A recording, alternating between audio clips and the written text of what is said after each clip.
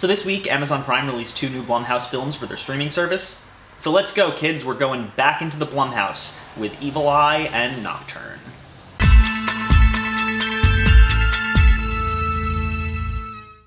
Have we met? Wow, use that line a lot? I'm Sandeep. Pallavi. Beautiful name. Evil Eye is directed by Rajiv and Ilan Dasani. It stars Sunita Mani and Sarita Chowdhury, I hope I'm pronouncing that one right. And it tells the story of a young Indian-American woman named Pallavi and her lackluster history with men. Her mom is a bit overbearing and obsessed with finding her a new man to marry, and when Pallavi's new boyfriend is seemingly perfect, her mom begins to suspect that he's not who he claims to be. This is an interesting one because the premise is fascinating and I really like a lot of the stuff that they were attempting to do here, but much like The Lie and Black Box, the execution is lackluster. When a good chunk of your film's central conflict is dedicated to the idea of will your protagonist find herself a man or not, your film starts feeling a lot less like the intense psychological thriller that it wants to be, and a lot more like a Lifetime original movie about always listening to your mother and the hazards of dating too quickly. What I did enjoy about this movie was its unique view into Indian culture. It puts a spin on that, focusing more on the idea of karmic retribution as a haunting rather than your typical ghost, which I think is fascinating. Its performances are all pretty damn good, especially from Pallavi's 2 parents. And when it wants to be visually stunning, this movie is visually stunning. But holy hell, it's boring. The pacing is honestly terrible and makes what should be a tight 90-minute thriller feel like a 3-hour-long slog. It rushes through the entire relationship intentionally, only to focus on the most boring part of the mystery, getting Pallavi's mom to like her boyfriend in spite of her reservations. Basically, Blumhouse is 3 for 3 with these movies as far as dumping mediocre content directly to Prime. I'm gonna say that Evil Eye is meh. It's not something I cared about at all, and it's not something I'm ever gonna revisit in the future. I was just bored. Whatever. On to Nocturne.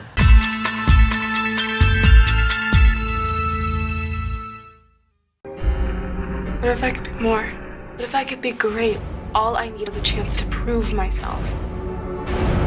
Nocturne is directed by Zoo Quirk?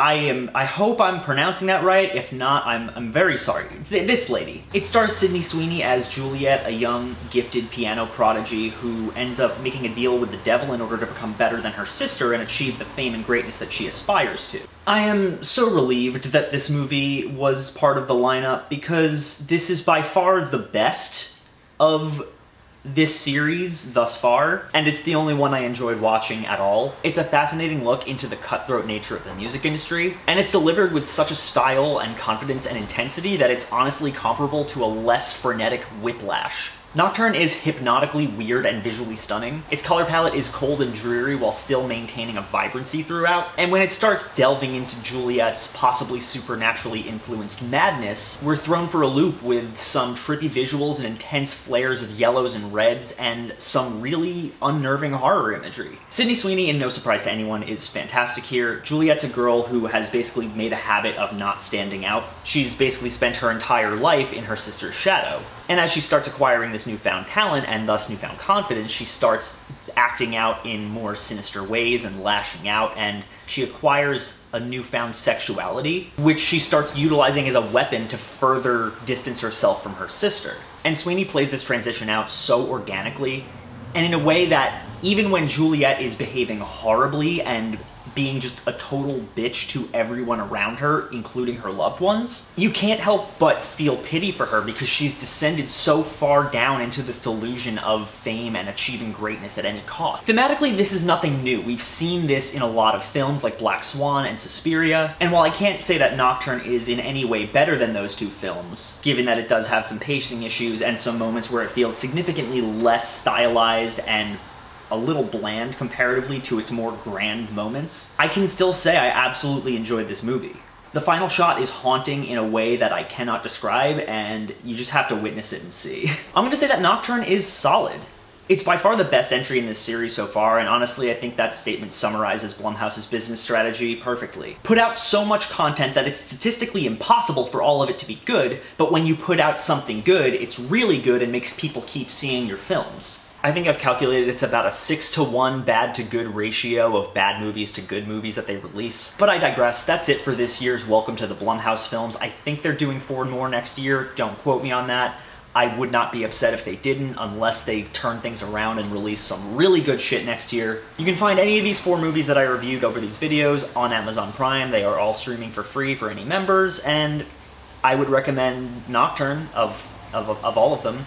As always, guys, thank you so much for watching. If you like this channel and you want to see more, click down there, like, comment, subscribe. If you like any of these movies, please tell me why. I would love to hear it, especially if you liked any of them other than Nocturne. I digress again. There's a Patreon link down in the description. If you want to be like any of these cool people and take part in my 31 Nights of Halloween, which is every day this month, every night, roughly around 9 p.m., I am putting on a different horror movie every day for all of us to stream together. We all watch it, I comment, you can come in my Discord and join the voice chat. We can chat about the movie, chat about whatever you want. If any of that interests you, please consider donating. I would really appreciate it, but even if you don't, thank you so much for watching anyway, and I will see you all very soon. What if I could be more? What if I could be great